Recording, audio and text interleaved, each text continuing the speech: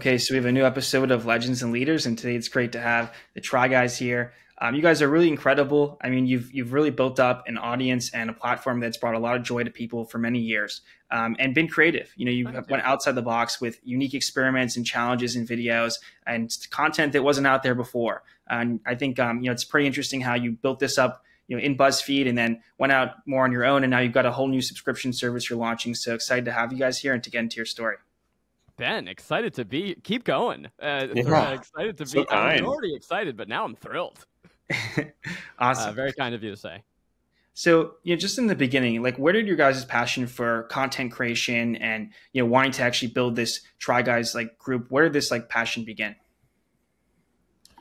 I mean, both of us have different backgrounds that brought us to media making to begin with. I was always very much interested behind the camera. Keith is a performer through and through. If you hear cooing in the background, he's doing double duty of daddy today. So I'll be speaking on his behalf for most of this. But when we were employees at BuzzFeed, we fell in love with viral video making. It's not something that was ever on my radar. I moved out to Los Angeles to write, to direct, to make traditional media. We found our way into this burgeoning field where we were able to reach millions of people in hours. And it was exciting. It was electrifying. It was infectious. And after 4 years working at BuzzFeed, we learned a lot, but we felt that there was an opportunity ahead, and an opportunity for us to be our own gatekeepers, to reach an audience directly, and to really blow up the Try Guys into something bigger. And that is exactly what we did. So why name it around the Try Guys, just trying things, attempting things? Was there something behind that? Yeah, I mean, it came out of our first formats were called Guys Try Something Foreign to Them. BuzzFeed was a big experimentation platform. The whole point was to figure out what would go viral, what gets views, how do you succeed in a mostly 2 to 4 minute video. And we had done a decent amount of these Guys Try videos, and we decided, hey, you know what? If we just give it a name, something that BuzzFeed had never tested was a cast that was specific. It was always sort of random people from the office. Yeah, so we just said, hey, we'll just switch the words around. It's pretty simple. Honestly, it was like, if the name works, it's so easy and brilliant. If it doesn't work, no one will even realize we tried to name it. It'll just look like a typo. So, but I think that the philosophy of Try Guys exists through all of our content. It's always about people coming in with an open mind, learning something, failing a lot along the way. The humor of that is inherent. Having an expert that actually can speak on it correctly so that that thing we're exploring is well represented. And we have some sort of character growth.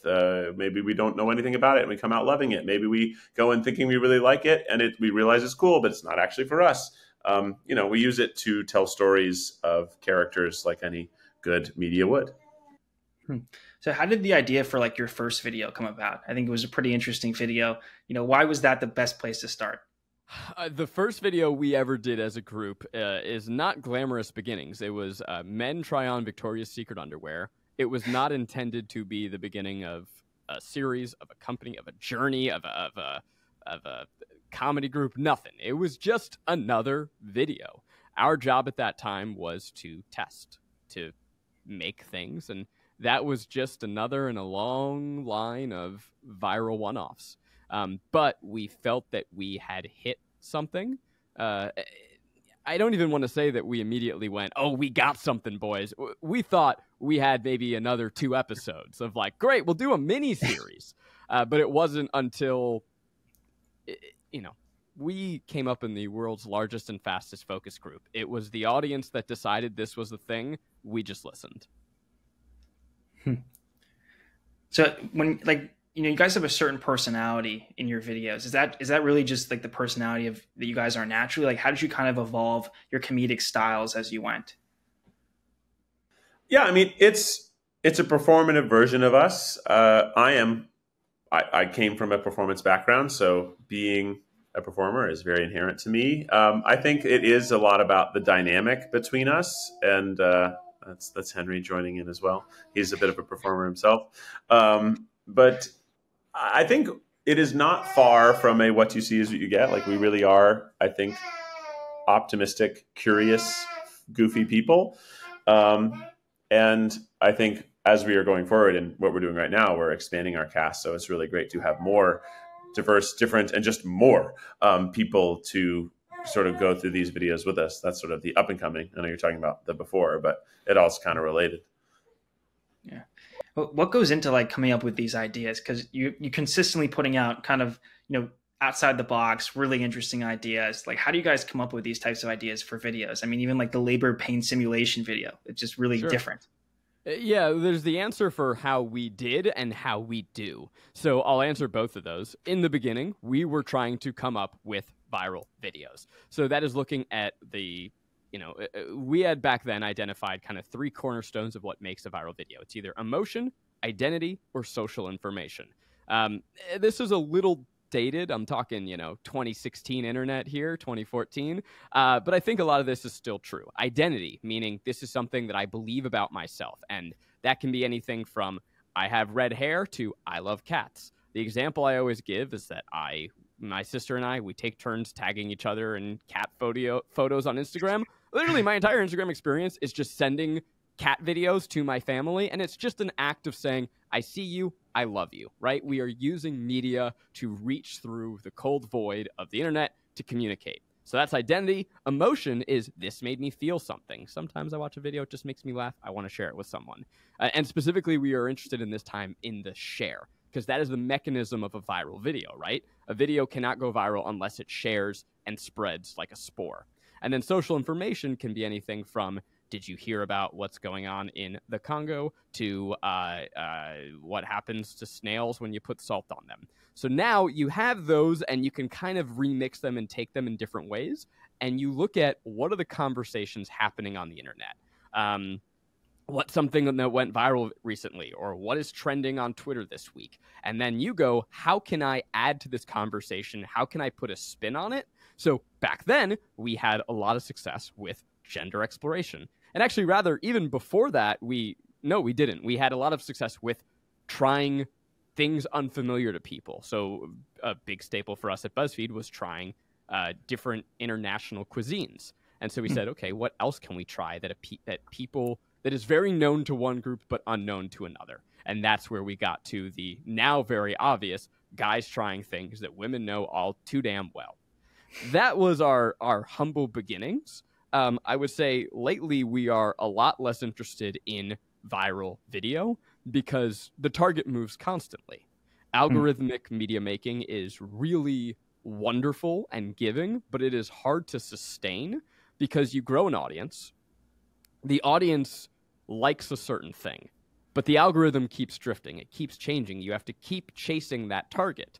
And so we're 10 years into this, and we found ourselves in a place where our audience's taste is misaligned with the algorithm's taste. And as those two spread apart, we have a choice. We can be true to our audience and make what they want to see, but in doing so, be punished by the algorithm, or we can chase the algorithm. So that's kind of the crossroads we found ourselves at.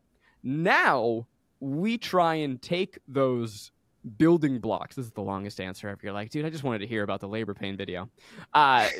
We take those building blocks and we use that to inform our approach to creating shows. And really, we are trying to find fun, repeatable formats that we can build out to a long show format. So one of our most popular series right now is called Without a Recipe. It is a bunch of idiots in the kitchen trying to guess their way through cooking something that is pretty basic but unknown to an amateur. So like pie. How do you do it, Ben? Go. That is the show. But when we are approaching long-form storytelling, we're still thinking about our roots here and having within it these building blocks of viral videos. So really, one 45-minute episode is made up with a lot of mini segments.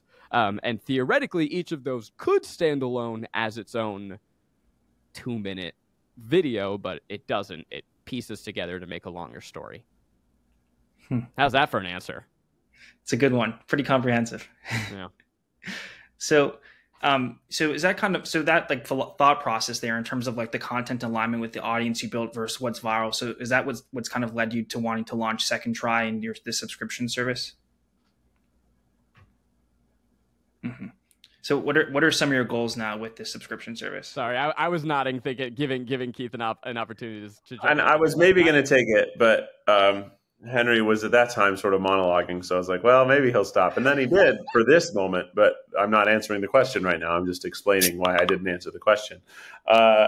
Yes, it definitely is like, that is one of the reasons why we are making this platform. I think this platform not only provides a better viewing experience of our videos. We do not have to put ads in the middle of them. They will not get broken apart with ads. We are also using it as a place to make totally new shows that I think bring a new offering to our audience, as well as early release of the videos they already like. So we're trying to give them a lot back because we are asking for people to pay for it. So you want to make it worth their while. But also it's just about not relying entirely on algorithmic based creation, because that is what it is to be a YouTuber solely, is to work within the bounds of YouTube to create a business. And we want to work within the bounds of making good entertainment to run our business. And that can include YouTube, and it will, but it can't be run entirely by what the algorithm of one platform wants art to be. When you create stuff on any sort of algorithmically driven platform, be it YouTube or TikTok, God forbid Twitter, I'm not going to call it X. What you make, the success is dictated by what the algorithm wants, right? And that feedback loop then informs what you make next. Because if you make something that you love, but it either doesn't get views or doesn't monetize in a certain way, you as, an artist, but also an artist who has to fund your next project, it changes the direction of what you do. Now you multiply that by 10 years. And you find yourself one day adrift, right? There's an element to some of the stuff we make we're super proud of, but some of it we looked at and went, well, this has been diluted by a process that we don't actually control. And that, again, creates not the best experience for our audience. So as we look forward, as we look to the next 5 to 10 years, we don't want to continue to let something out of our control push our content away from what our audience deserves. And that is, why we have made this choice. We're still going to be releasing on YouTube. We love YouTube. I don't want to get that twisted. Like I'm so grateful to YouTube. I love posting on YouTube. It's how we find our audience. It's how we reach people. But it's not the only thing we want to do. We want to make great stuff, and that requires, I think, working outside of that system. Mm-hmm. So this also provides like a consistent revenue stream, not dependent on the success of a video. I mean, theoretically, I don't know that. I don't think that we're doing this to get to a point. Look, we're trying to make this as cheap as possible. Obviously, our goal is to have it be another sustainable line of revenue. But yeah, as creators, you want to diversify your revenue streams as much as possible. Right now, all of our revenue comes from advertising, whether it is direct ads of a brand coming to us and saying, hey, can you read our talking points to your audience, or just the pre-roll that goes on YouTube. Every creator needs to diversify. That's why creators often, multiple years into their career, become products, right? Whether it's selling chocolate or coffee or, you name it.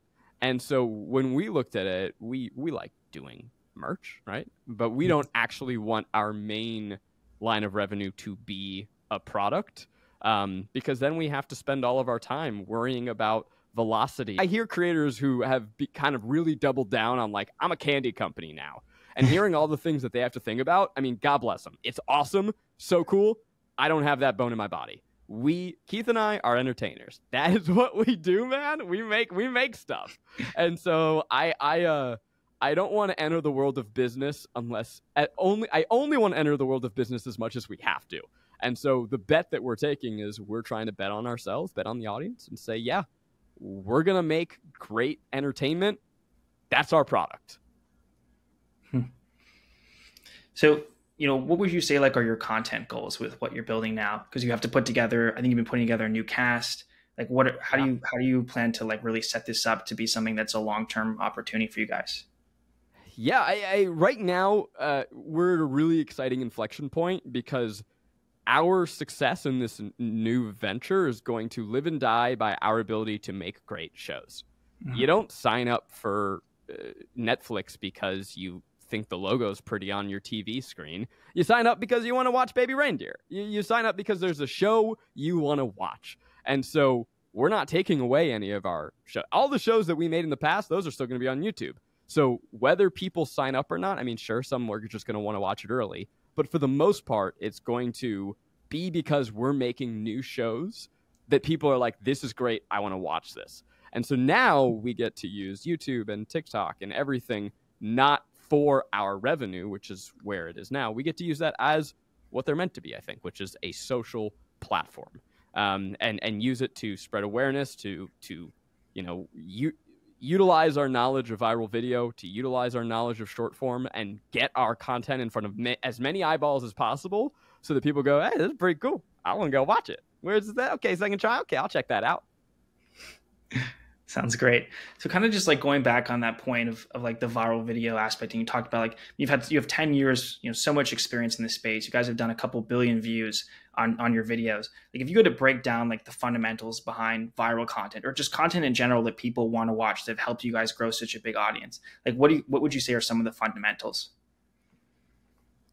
Yeah, I touched on it before with those 3 building blocks of identity, emotion, and social information, and then remixing those in a way that you can.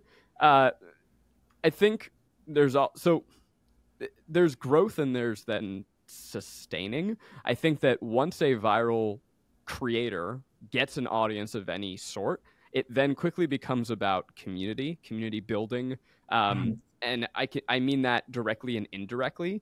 But creating a sense of connection between you and your audience, understanding what they want, and giving them more of it. And hopefully, I think for you to do it over a period of time, what you want and what they want need to be aligned. Look, is it possible to soullessly do something for a long time? Probably, but I don't think that's a model that I could ever be successful with. Mm-hmm. Do you think that more and more content creators are going to go this avenue of launching their own subscription service? Because like you mentioned, like if content creators want to sustain themselves, they're having to maybe go into a different business venture than what they necessarily love, like the content creation. So do you guys see yourselves pioneering this kind of way for people? Pioneering, certainly not. I mean, look, what we're doing is not super dissimilar from, let me take that again. I think that creators are going to continue to find alternative revenue streams to make what they do sustainable. We're not pioneers here, right? If you look at like the model that we are aspiring to in our greatest success, Dropout's already doing it, Nebula's already doing it, but certainly even people with Patreons are already doing it. We had a Patreon. It was an essential part of us launching, but we wanted to make a video product and felt that we needed to build something beyond what they currently offer. But already, directly, a subscription service is essential to many creators' growth. You got to do something because you cannot rely purely on advertising. It's too volatile of a market. There's too much that's out of your control, and you need to have multiple streams. So whether it is subscription, memberships, merch, tour, writing a book, there's a million ways to do it. We just felt this was the one that was best for us. I don't know that this is what we're doing. I don't think is a path that everyone can take. We're only able to do this because we've built out this infrastructure where we can continue making the stuff that people love and expect on YouTube, but also make new. I think that that's a misconception that some people have, is that you can just all of a sudden say, great, you love me, now pay me. No, that sucks. You need to give people something new, a value proposition beyond what you've been giving them for this to work. At least that is my assumption. We're talking to you. We haven't launched yet, so I could fall flat on my face. That'll be exciting. Where do you see the world, Zach, of like content creation going in general? I mean, it's pretty new. There hasn't been somebody that's maybe been around, more than like 25, 20, 20 years or so. Like, where do you see what's like the long-term vision that you see this space becoming? Like, are people going to be able to be relevant for many, many years? Are they going to be able to grow with the audience as their audience, ages up to? What do you kind of see this long-term sustainability of a content creation career? Then I don't know, man. It's exciting, right? Because no one's done this yet. Rhett and Link, I think, have hit 15 years. That's it. Smosh is 18 years old. You can count on one or two hands how many digital creators and companies have been able to have sustained careers in digital. Others reinvent themselves on other platforms or by jumping over to traditional or trying to jump over to traditional. I have to imagine that it's going to be the extremes. Either you are one creator alone who you just make stuff on your own, and then you have other, tentacles of your business, whether it be it merch or, as I said, coffee, etc. Or you have built something out like Mythical. They're a 100-person company. I don't think people outside of the digital world understand how massively successful a company like that is. And they've been able to obviously figure out ways to have a really sustainable revenue, which then allows them to make both the show that people love and then also take new creative risks. What is it going to look like for the next 10 years? I don't know. I'm excited to see. I hope that it continues to be a space where people can take creative risks, can make stuff they love without needing the gatekeepers of traditional Hollywood, and hopefully can continue to innovate ways to do so sustainably, so they can keep doing it for a long time. Mm-hmm. So what are like some of like the types of content or avenues in content that you haven't explored yet that you want to be able to explore? Like, what are some of your future like goals in terms of creativity or, content to create? Yeah, it's also essential that you evolve, right? That's another answer to how do you sustain a long career. Because I think about my favorite shows after, sometimes you get 7 or 8 seasons in and you don't stop loving the show. You just stop watching because, and that's certainly true of us. So that is an answer to this question, which is you have to innovate, you have to evolve, you have to try new things.